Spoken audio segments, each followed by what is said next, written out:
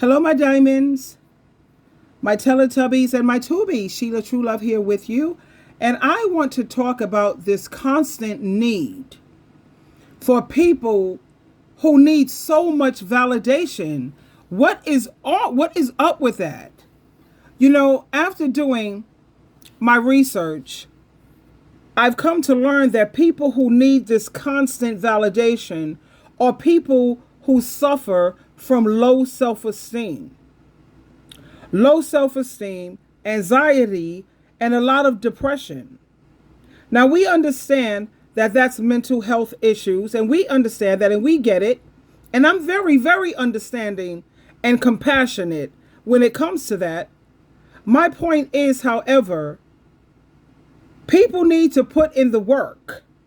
If you know that you are a broken person, because I was broken once upon a time as well, I'm not going to act like I'm above it all, sit on my high horse and try to look down on other people. I will never do that. At the same time, I put the work in. I put myself in therapy consistently for 18 months.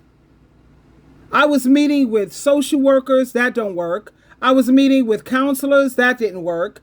I was dealing with psychologists. Now that helped me, but therapy alone is not going to help. You need prayer. You need Bible studies. Anybody who needs a Bible study, I am free. I'm offering the help. We can do it video chat. I say we meet at the Cyber Cafe Saturday, 10 o'clock, or we could pick a time that's good for you, because therapy alone is not going to help. A lot of the problems that people have gone through in the trauma, it takes divine intervention. Now, it takes prayer, Bible study, therapy, and a support group. Without a support group, honey, all the therapy in the world is not going to help you.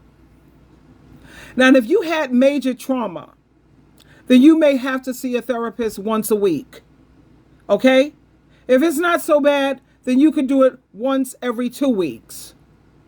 And if you feel that you need just a little help and a little clarity and a little, insight to help you see past things, then you can do this once a month. I was going once a month. And then as I was healing more and more, I did less and less of it. And the reason that therapy is good, because it is a powerful tool that can help you process and overcome your past traumas. Now, I had to figure out, why was it that I always picked men based on their potential and men who were not where they should be. And because I was in therapy, they helped me figure out that I was suffering from the broken wing syndrome. And that had to do with watching my mom struggle so hard. She had a strong wing and she had a strong body, but she had one broken wing and she needed some help. And that's what was behind me picking men based on their potential, men who looked like they needed help, is because I know that my mother could have been amazing. My mother was brilliant already in itself, but all she needed was help. She didn't need anyone to do everything for her. She needed help. And that's what therapy helped me to figure out. It took me into your childhood, some of the situations you found yourself in childhood. And it helped me to work through this, and it helped me to overcome my past traumas. But the point is, I put the work in. And when you use therapy, it provides a safe place. That way you can explore your feelings and you can explore your thoughts and your experiences, and you're in a very supportive environment. You feel a little safe. Now, with the guidance of a trained and a good therapist, because like I told you, I only do psychologists. You have to have a PhD behind your name in order to work with me. Now, they teach you how to cope. They give you these coping mechanisms, and they teach you how to set healthy boundaries, and they help you to work through your trauma in a very healthy way. But here's the thing, that therapy is not a quick fix. I understand that. It takes time. It takes effort, and it takes dedication to see some real progress. This is why it's so important to commit to the process and stick to it for at least, listen to me, a lifetime? No. It should not take a lifetime for people to get over their mommy issues, their daddy issues. It should take at least 1 year. And when you do that, you give yourself a chance, the best chance, to heal and move forward with your life. Remember, healing is definitely possible, but this is the point that I want to put emphasis on. It doesn't take a lifetime. You got people who still crying about, I didn't have a daddy, or I was abused in my childhood, or my mother was no good, my parents are toxic. All of these things that happened to them in their childhood, we're not going to try to, just overlook that, or try to, what is this word I'm looking for? Try to make light of it. No, I don't make light of it. At the same time, everybody has been through trauma. We've all had PTSD moments and situations. So I did research. How long does it take before a person could break a bad habit and start to form new ones? And it's anywhere between 18 to 254 days. But I say forget the 254 days. Let's give it a full year. 365 days. Come on already. People have got to grow up. They got to learn how to build a bridge and get over it. Now, it takes time to break these bad habits, but you have to be consistent. And you have people, like I said, you have to find support groups. Now, they have AA for people who are drinking every day, or people who are drinking every other day, or you find yourself drinking every week, every month. That's a person who have alcohol issues. But if you are not a person who, you just have you're a problem drinker, then you need moderation management. That's the group you belong in, because you're not an alcoholic, you're a problem drinker. And then you have people who abuse their medications. That's narcotics. Or they're having issues with drugs. Then find a support group. NA is out there.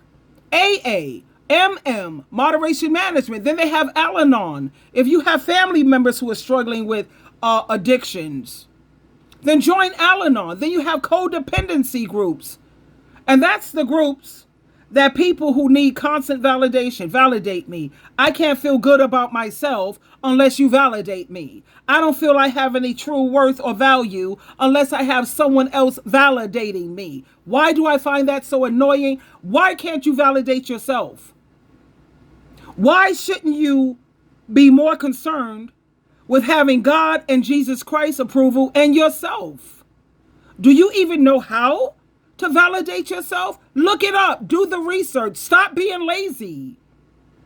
And stop calling people toxic just because they don't agree with you. You need constant validation. That means my love language is words of affirmation. That's just another way of saying I need to be validated all the time. You have to agree with me. You have to feel the way I feel. You have to see everything the way I see it, or you're toxic. Are you kidding me? No, you need to grow up. I'm having issues with my son and my daughter right now, where my daughter, she feels you're toxic because you follow Jesus Christ instead of following a man-made organization, the Jehovah's Witnesses and the governing body. See, that's who they follow. They don't follow Jesus Christ. When you mention Jesus too much, it irritates the hell out of them. Out of my daughter especially. So we're battling back and forth because the only thing this girl wants is for everybody to be a Jehovah's Witness. Jehovah's Witnesses are the only ones going to heaven. Jehovah's Witnesses are the only ones who have the true religion. Jehovah's Witnesses are I'm done. I was a Jehovah's Witness for 55 years. That's longer than she's been on this earth. And yet her and I, we're never going to get along as long as she refuses to respect that people choose to follow Jesus Christ and not a governing body. I'm never going to do that ever again in my life. And then I have my son. We're going back and forth because he needs this constant validate me, agree with me, or you're argumentative. You just want to argue all the time. No, son, I just don't see it the way you see it. Am I allowed to have my own feelings? Is that okay? No, then they're ready to get angry and get upset with you. Well, like I said, I love me more than I care about you. I love me more than I will ever care about anyone. And if I have to cut you off, I will, until you grow up. Get the therapy that you need. You already know to stay prayed up. Get a Bible study. And not that Jehovah Witness, because they don't study the Bible. They study books to indoctrinate you, to brainwash you, to listen to their interpretation. Never the Holy Spirit, just their interpretation. Find you a group or people who study the Bible or spiritual books, not religious books. And trying to get them to understand that people have a right to their viewpoints. People have a right to their own feelings and their own perspective and the way they see things without people having to get angry at you. That's too damn bad. So if you're dealing with someone who needs this constant validation so they can feel good about themselves, how sad is that? That's pathetic to me. It's pitiful. Just know where it's coming from. That stems from people who have little to no self-esteem. They're very unsure about things. When I speak with conviction and I speak with authority. And the reason I speak the way I do is because before I get online, before I open my mouth, I do the research. I look at the numbers. I look at the statistics, the studies, the difference. Listen to surveys. So of course, when I open my mouth to speak, I speak with conviction, and I'm not unsure about anything that I say. And yet, there's sometimes people could bring something to my attention and I was wrong about it. Instead of me getting an attitude, I want to reach through the phone or whatever, or grab that person, and I want to hug them and give them a kiss and say thank you. Because you helped me to see it a different way that I didn't see it. You shared some insight with me. So instead of me catching an attitude, I have gratitude. You have to have humility. And you can't keep getting angry at people because they don't see eye to eye like you. Or you constantly building people up and you support them. What are they doing to support you? What about that? What is this? Oh, I got a reminder. I got to post a new vocabulary word for my friends and family, whatever.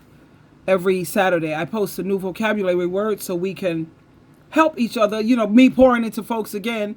And I'm getting a little annoyed with my children because I'm doing all of the work, you know, trying to right my wrongs. You already admit where you were wrong. You said, you know, you had accountability. You did it all. And sometimes kids, they don't want no apology. They don't want you to right the wrong. They just want to beat you forever. And parents, you got to let that go, baby. They need divine intervention. Because, you know, people are not perfect. People mess up. They make mistakes, including parents. It is what it is. And if they don't learn or know how to build a bridge and get over it, that's not your problem as a parent. Your job is done. You did all you can. You prayed about it. You repented. You changed your ways. You did everything you can, and they still want to beat you and tear you down. And when you find that you're supporting your kids and they're not really supporting you, you have to fall back, baby. You have to fall back. I don't care who they are. So like I said, I just wanted to share this with you. You have to stay away from people who need this constant validate me. I can't feel good about myself unless you do. I'm a people pleaser. You freaking 40-something years old, and you mean to tell me you still stuck on being a people pleaser instead of a God and a Christ pleaser? And knowing how to validate yourself, then you have mental health issues that you need to address. Instead of spending all your money on vacations and flying all over the place, you need to take that money and invest it in your mental health because you need help. And it shouldn't take a lifetime for people to heal. 1 year, if you're consistent, should suffice, and that should be more than enough. Twinkle, twinkle, twinkle.